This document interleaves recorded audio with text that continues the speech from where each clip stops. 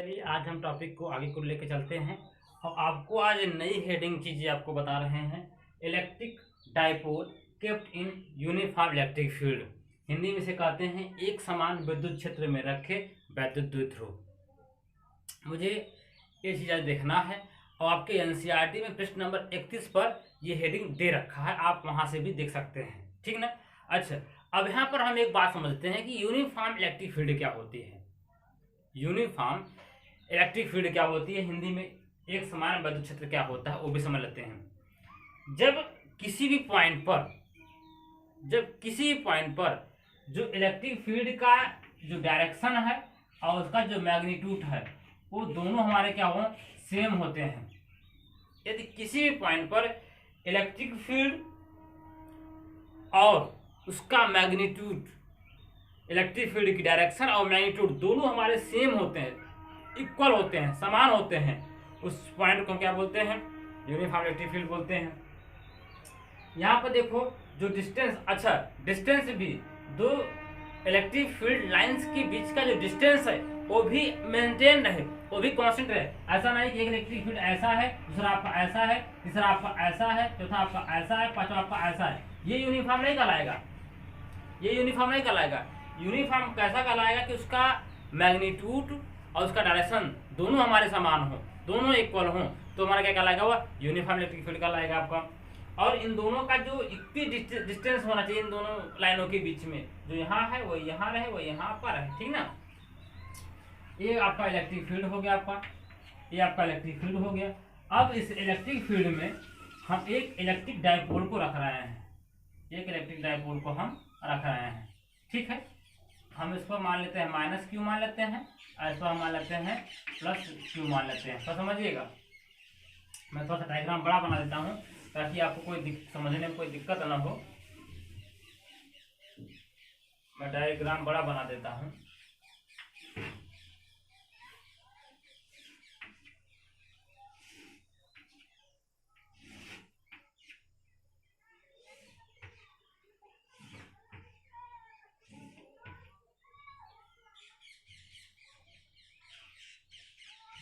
और हम इसमें इलेक्ट्रिक डाइपोल रख रहे हैं।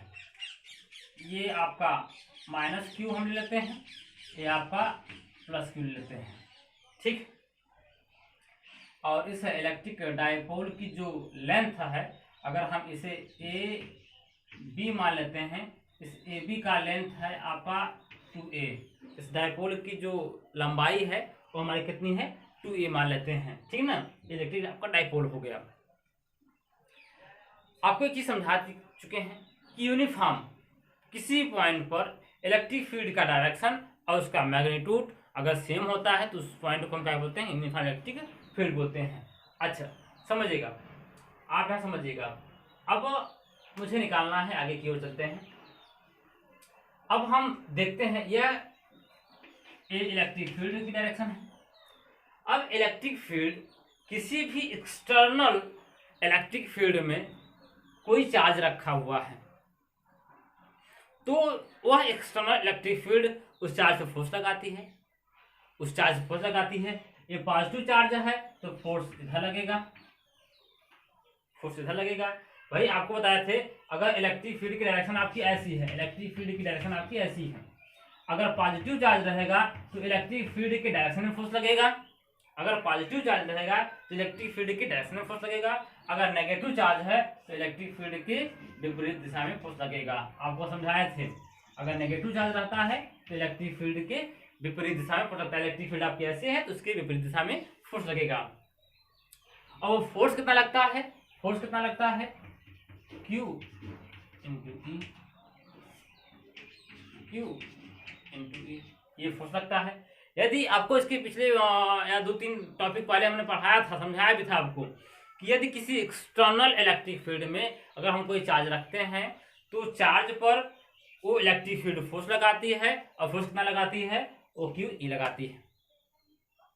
अब यहाँ पर आप देखो, ये इलेक्ट्रिक फील्ड है, हमें डाइपोल रखा है, तो यदि किसी सिस्टम पर इक्वल एंड अपोजिट फोर्स लग रहे हैं, दे कंबाइनिंग कपल, वो बलयुग्म, वो टॉर्क का निर्माण करते हैं। तो समझिएगा, यदि किसी सिस्टम पर समान और विपरीत फोर्स लग रहे हैं, इधर लग रहा है और इधर भी लग रहा है, समान और विपरीत फोर्स लग रहे हैं, तो वो क्या बनाते हैं, बलयुग्म बनाते हैं।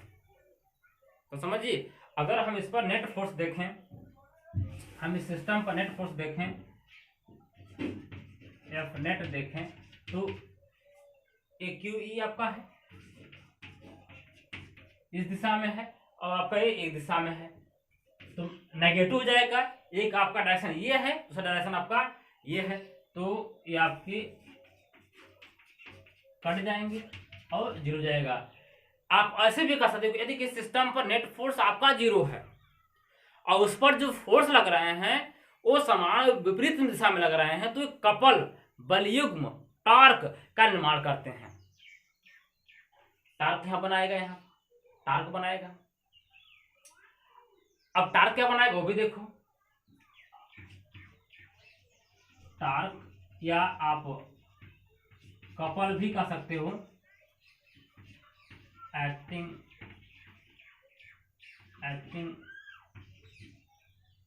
आपका ये डाइपोल।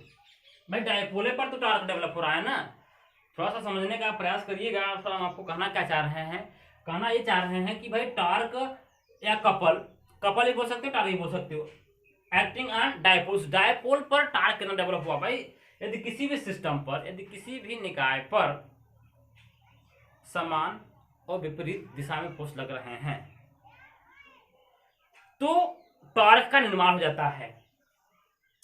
तो टॉर्क होता क्या है, दोनों में से कोई एक फोर्स, टॉर्क को हम टाउ से दिखाते हैं, ये होता क्या है, दोनों में से कोई एक फोर्स और उनके बीच का परपेंडिकुलर दूरी, दोनों में से कोई एक फोर्स या ए फोर्स लो, आपका ए फोर्स लो और इनके बीच का जो लंबवत दूरी, अगर लंबवत हम ये मान लें,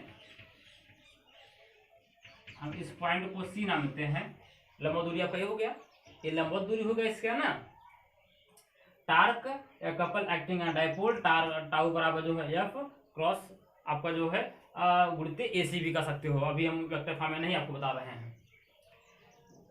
इसका भाई वेक्टर फॉर्म में भी बता देंगे, घबराना नहीं है इसके लिए।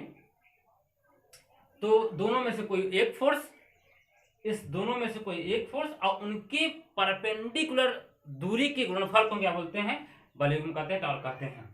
अब ध्यान देना, अब यहाँ पर मुझे ये दूरी निकालना है। अच्छा ध्यान देना, अगर हम इसे हम थीटा मान लें, तो यहाँ पर साइन थीटा बराबर क्या जाएगा आपका, AC बटे AB। तो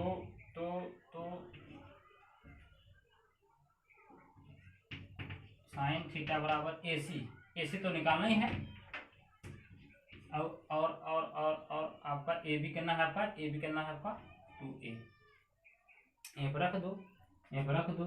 F का मान क्या है आपका QE, F का मान क्या है QE, और AC का मान कितना है, AC का मान तो और निकाल लो, 2A साइन थीटा बराबर AC, 2A साइन थीटा हो जाएगा आपका।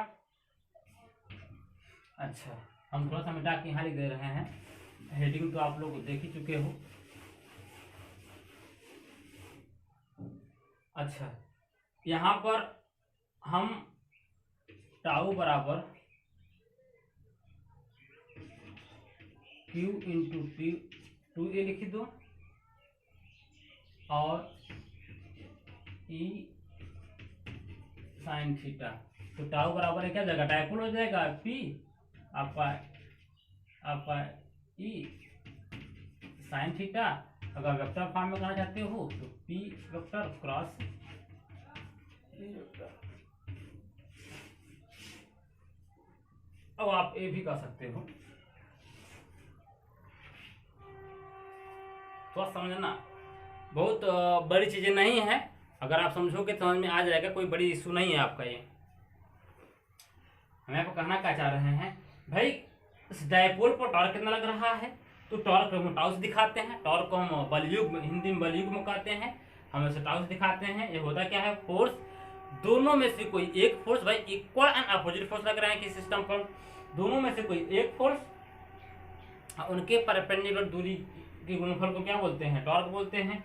और आपका फोर्स अब क्यू ही है और एसी का मान हमने यहाँ से निकाल लिया, एसी का मान 2a sin थीटा हो गया आपका।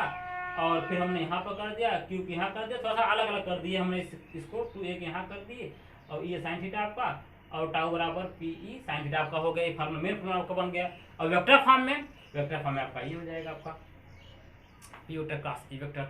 अच्छा, अब यहाँ आप थोड़ा समझिएगा, यहाँ थोड़ा समझिएगा, इसे मैं मिटा दे रहा हूँ, आप इसे कॉपी कर लीजिए, नोट कर लीजिए। अच्छा, यहाँ पर समझा दे रहा हूँ।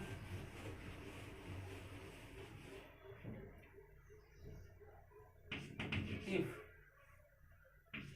थीटा बराबर 0 या अभी 0 देख लो, तो टाउ बराबर क्या होगा आपका, पी ई साइन थीटा होता है और पी ई साइन 0 का मान क्या जाएगा आपका, साइन 0 मान क्या होता है, 0 होता है तो प्लस 0, तो टॉर्क हमारा क्या हो गया आपका मिनिमम हो जाएगा। और यदि थीटा बराबर, इफ दूसरा कंडीशन, ये पहला है ये दूसरा है, थीटा बराबर आपका 90,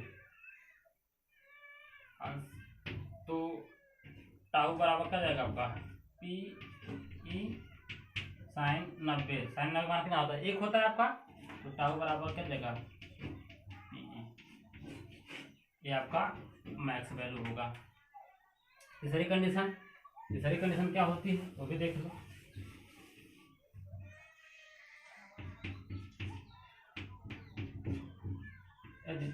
इफ थीटा बराबर 180 अंश, तो टाउ बराबर क्या होगा पी ई साइन 180, तो 180 का कितना होता है 0 होता है, तो ये भी आपका ये मिनिमम हो गया।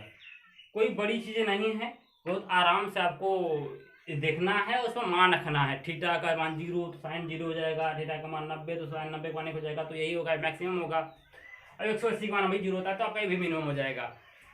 सबसे महत्वपूर्ण क्वेश्चन आपका ये है कि जो बलयुग्म उत्पन्न हुआ वो आप देखिए कि एक्सटर्नल इलेक्ट्रिक फील्ड हम रखे, आपके किताब में दे रखा है बाह्य क्षेत्र एक समान बाह्य क्षेत्र में द्विध्रुव, आपकी एनसीईआरटी किताब में पृष्ठ नंबर 31 पर दे रखा है।